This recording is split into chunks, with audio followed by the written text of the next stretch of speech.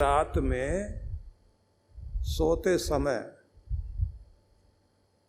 ये जो TV screen है और आपके मोबाइल फोन की जो ब्लू लाइट है वो आंखों पर नहीं पड़नी चाहिए। इससे क्या होता है, आपके मस्तिष्क में जो रसायन आपको अच्छी नींद और चैन देने वाला रसायन है वो डिस्टर्ब होता है। तो तेज लाइट और तेज ध्वनि रात्रि में नहीं मिलनी चाहिए। और कौन सी ध्वनि होनी चाहिए? आपके देश में माताएं, मुझे नहीं लगता यूरोप अमेरिका में भी ऐसे करती होंगी, लेकिन आपके यहाँ तो किया जाता है। बाएं कंधे पर बच्चे का सिर और पांव दाईं तरफ और पीठ थपथपाती हैं।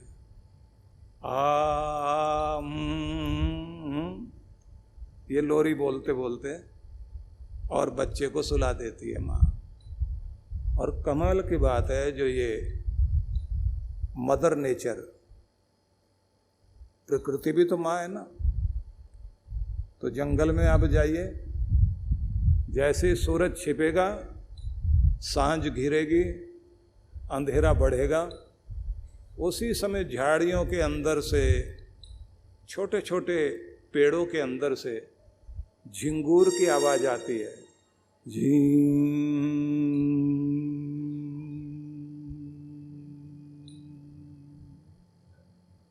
तो वो ध्वनि सारी प्रकृति को शांत करती है कि सो जाओ। जिन लोगों को शांति से सोना आ गया और आनंद में जागना आ गया, जागें तो जीवंतता अंदर आए, उनकी आयु भी लंबी होगी, खुश भी रहेंगे, और ये समृद्धि है आपकी। इसलिए रात में जितना शांत होकर सो सकते हैं हो। ये जो सीरियल देखते हैं ना आप लोग, और न जाने टीवी पर क्या क्या देख रहे होते हैं, और मोबाइल सेवा में लगे होते हैं लोग, सेल फोन खोल के 2-2 बजे तक लेकर बैठे हुए हैं। इससे बचिए, नहीं तो इतना स्ट्रेस बढ़ रहा है इस समय में, चारों तरफ से खलबली दिखाई देती है, लोग बेचैन, व्याकुल, चेहरे पर प्रसन्नता नहीं। अभी पीछे मैं था हैदराबाद में, तो मैंने वहां ये कहा था कि हम सब चाहते हैं कि आर्थिक स्थिति अच्छी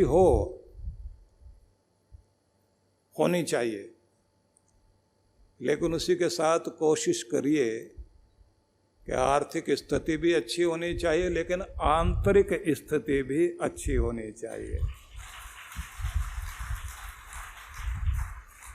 जब तक आंतरिक स्थिति अच्छी नहीं होगी तो आर्थिक स्थिति अच्छी हो भी जाए,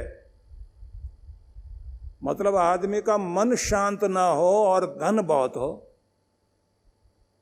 तो धनी लोग डिप्रेस दिखाई दें, आंख में आंसू, नींद आती नहीं, सारा दिन बेचैन, कहीं मन लगता नहीं, पैसा है, दवाइयां ला रहे हैं, तो आर्थिक स्थिति अच्छी है लेकिन आंतरिक स्थिति अच्छी नहीं है। लेकिन एक आदमी ऐसा है जिसकी आर्थिक स्थिति थोड़ी सी ज्यादा अच्छी नहीं, लेकिन थोड़ा है, लेकिन आंतरिक स्थिति बहुत अच्छी है, चैन से सोता है, अच्छा खाता है, बच्चों के साथ बैठकर आनंद मनाता है। तो आप जरा सोच के देखिए, उस आदमी को आप अमीर कहोगे या गरीब कहोगे? क्योंकि वो भीतर से अमीर है, बाहर से भले ही थोड़ा कम है उसके पास, लेकिन सच्चा अमीर वो व्यक्ति है जिस आदमी के मन में शांति है, घर में शांति है, हृदय में प्रेम है, चेहरे पर मुस्कुराहट है। दोनों चीजों को ठीक कर सके हम लोग। और मैंने कहा, इंसान को ईश्वर का दर भी चाहिए और ईश्वर का डर भी चाहिए। वही आपसे कहना चाहता हूं। ईश्वर का डर भी चाहिए और ईश्वर का दर भी चाहिए कि डरो भी सही और उसके दर से भी जुड़ो। दोनों में अंतर क्या है? जो डरता रहेगा कि कोई है जिसके कारण दुनिया के अंदर उसकी कृपा होती है तो चेहरे पर मुस्कुराहट आती है, जब वो हंसाता है तो दुनिया रुलाने पर आए उसकी आंख में आंसू नहीं आएंगे। और जिसको आंसू देता है भगवान, उसे पूरी दुनिया हंसाने की कोशिश करे, चेहरे पर मुस्कुराहट नहीं आएगी। और जिसको खिलाता है भगवान, उसको रुला नहीं सकता कोई। इसलिए उसके दर से जो जुड़ा हुआ है और जो उसकी कृपा से जुड़ा हुआ है, उसे कोई कमी जीवन में नहीं रहती। इसलिए उसके दर से जुड़िए, लेकिन उसके डर को भी समझिए। और ये भी याद रखिए कि एक ही दर है जहां सबके आंसुओं का हिसाब होता है। एक ही दर है जहां पर कृपा होती है। सारी दुनिया दरवाजे बंद कर ले, लेकिन जब दरवाजा भगवान खोलता है तो दुनिया के दरवाजे बंद करने से फर्क नहीं पड़ता। रातों रात एक आदमी नीचे खड़ा हुआ सबसे ऊपर पहुंच जाता है। और जब वो अपनी कृपा पीछे कर लेता है, रातों रात आदमी के पास कुछ नहीं रहता। दक्षिण के एक संत हुए हैं, पुरंदरदास। उनकी पंक्तियां हैं कि दो हाथ वाले इंसान, तुझे देने वाला मालिक 1000 हाथ वाला है।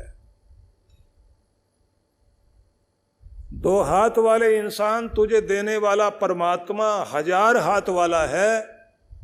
जब वो देने पर आता है तो दो हाथ वाले तुझे 1000 हाथ से दे करके भर देता है। उसके दिए को संभाल कर, दोनों हाथ जोड़कर उसका धन्यवाद करना सीख, तेरे जीवन में खुशहाली आ जाएगी। क्योंकि जब वो लेने पर आता है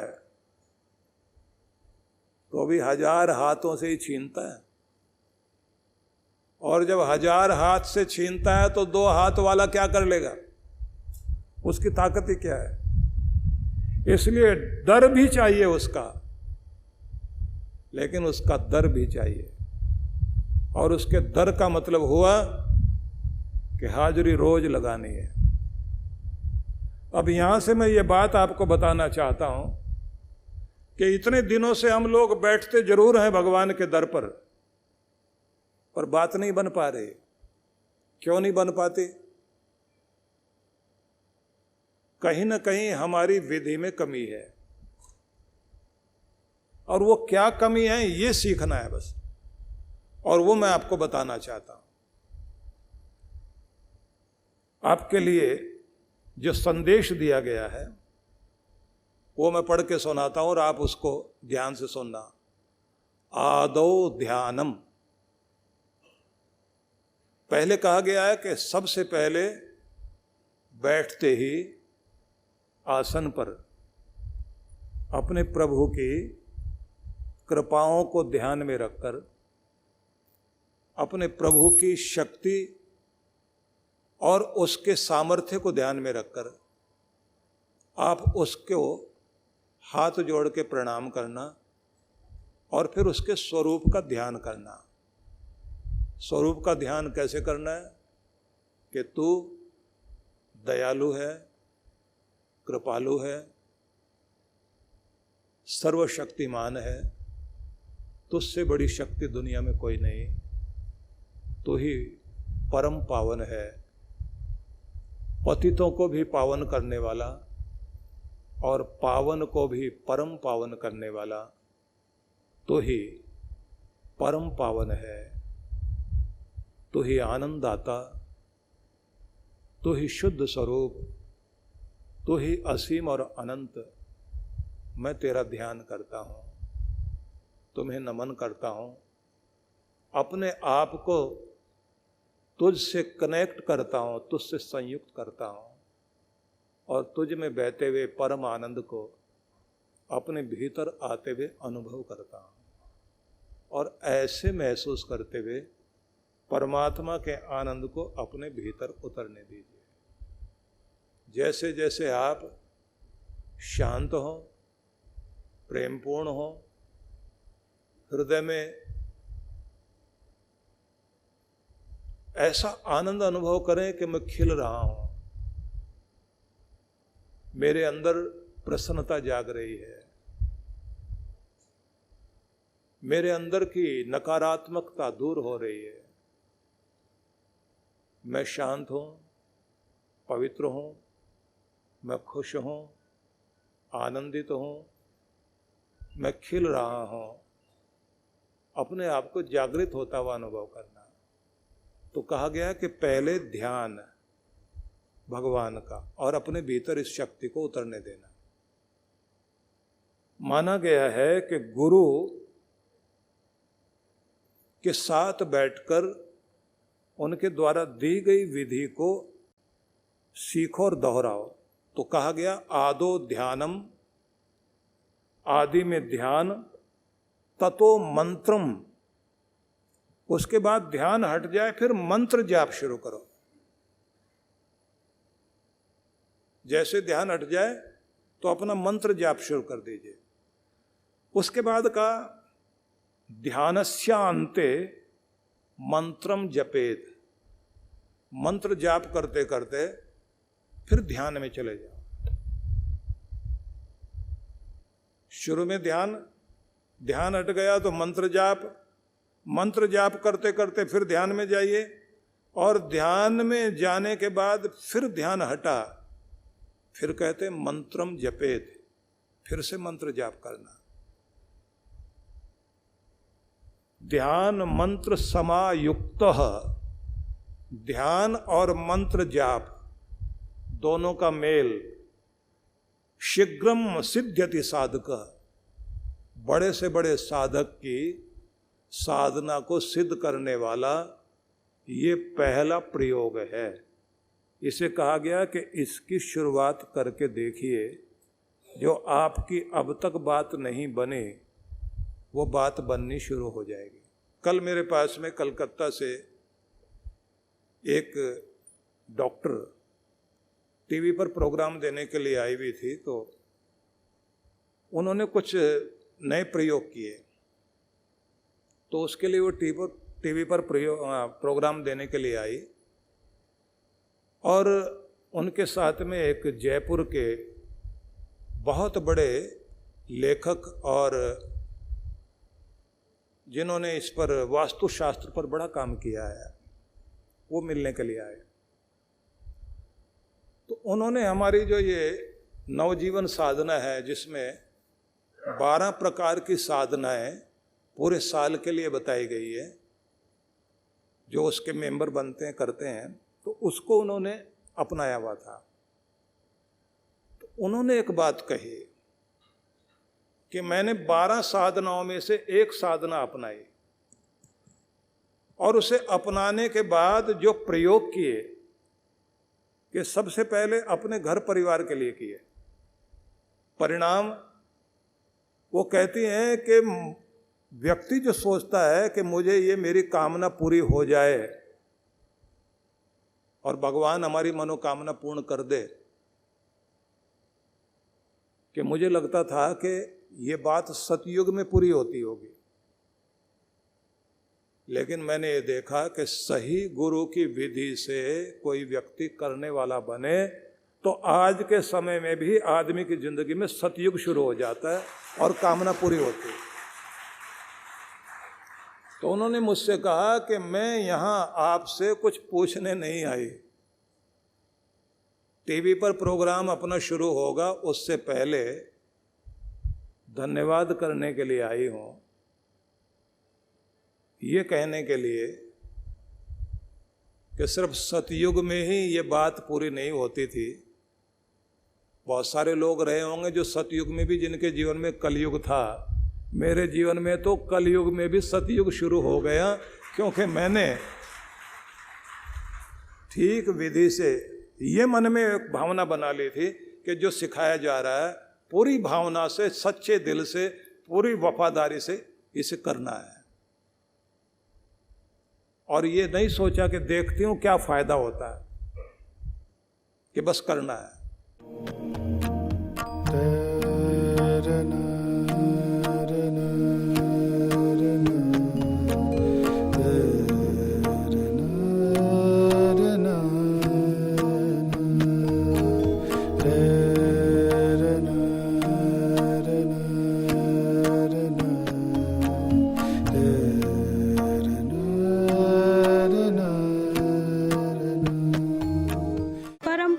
सद्गुरुदेव सुधांशु जी महाराज के पावन सानिध्य में जीवन में सुख शांति एवं समृद्धि के सूत्र, विराट भक्ति सत्संग कार्यक्रम की रूपरेखा 7 दिसंबर से 11 दिसंबर 2022। समय प्रातः 9 बजे से 11 बजे तक व सायं 5 बजे से 7 बजे तक। सत्संग स्थल MBMC क्रिकेट एकेडमी ग्राउंड, मेरी गोल्ड कॉम्प्लेक्स के पास, पानी की टंकी, बेवर्ली पार्क, मीरा रोड, पूर्व ठाणे, महाराष्ट्र। विशेष सूचना 10 दिसंबर 2022 का कार्यक्रम वरदान लोक आश्रम में प्रातः 10 बजे से 12 बजे तक होगा। विशेष कार्यक्रम गुरु मंत्र एवं दीक्षा रविवार 11 दिसंबर 2022 दोपहर 12 बजे सत्संग स्थल पर। आयोजक विश्व जागृति मिशन मुंबई मंडल। संपर्क सूत्र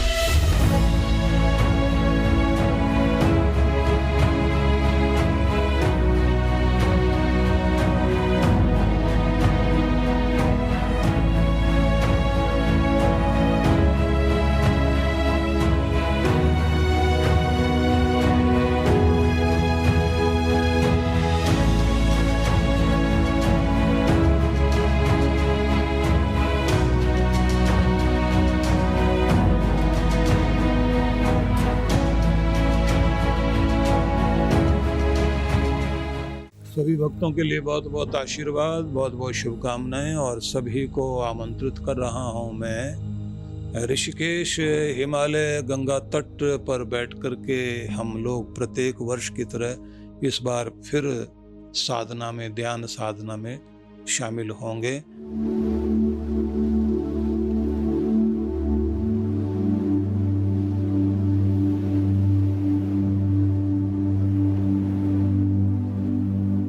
यह कार्यक्रम रहेगा 17 नवंबर से 20 नवंबर 2022।